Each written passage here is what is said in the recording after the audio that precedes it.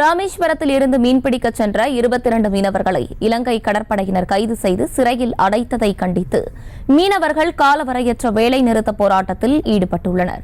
இதுகுறித்து மேலும் விவரங்களோடு இணைகிறார் செய்தியாளர் பூபேஷ். பூபேஷ், வணக்கம். இந்த போராட்டம் குறித்தான முழு விவரங்கள்.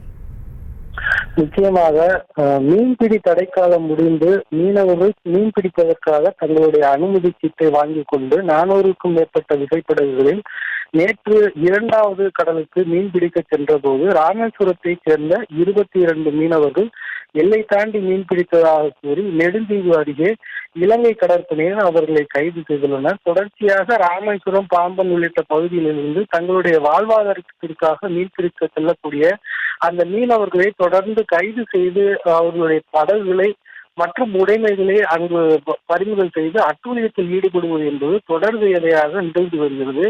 இந்த சம்பவத்தில் நிரந்தர தீர்வு காண வலியுறுத்தி மீனவர்கள் மத்திய மாநில அரசுக்கு பலகட்ட கோரிக்கைகளை விடுத்த வண்ணம் உள்ளனர். இந்த சூழலில் 2ஆம் கடலுக்கு தங்களுடைய வாழ்வாதாரத்திற்காக மீன்பிடிக்க சென்ற 22 மீனவர்களை இலங்கை கடற்படை கைது செய்ததை கண்டித்து நேற்று ராமேஸ்வரத்தை சேர்ந்த அனைத்து மீனவ சங்கங்கள் ஆலோசனை கூட்டத்தில் ஈடுபட்டனர்.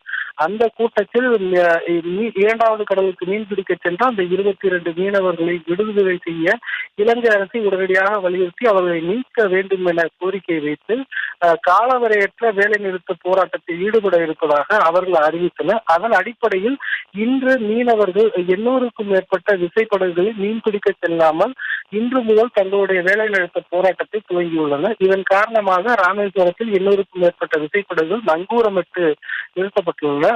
சுமார் 10 கோடி அளவிற்கு அந்நிய செலாவணி இந்த இழப்பானது ஏற்பட்டிருக்கக்கூடிய சூழலில் தங்களுடைய வாழ்வாதாரத்தை பாதுகாக்க நிரந்தரமான நடவடிக்கை எடுக்க மத்திய அரசு உரிய நடவடிக்கையை விரைவாக மேற்கொள்ள வேண்டும் என கூறி இந்த பகுதியைச் சேர்ந்த மீனவர்கள் காலவரையற்ற வேலை நிறுத்த போராட்டத்தில் ஈடுபட்டு வருகின்றனர்.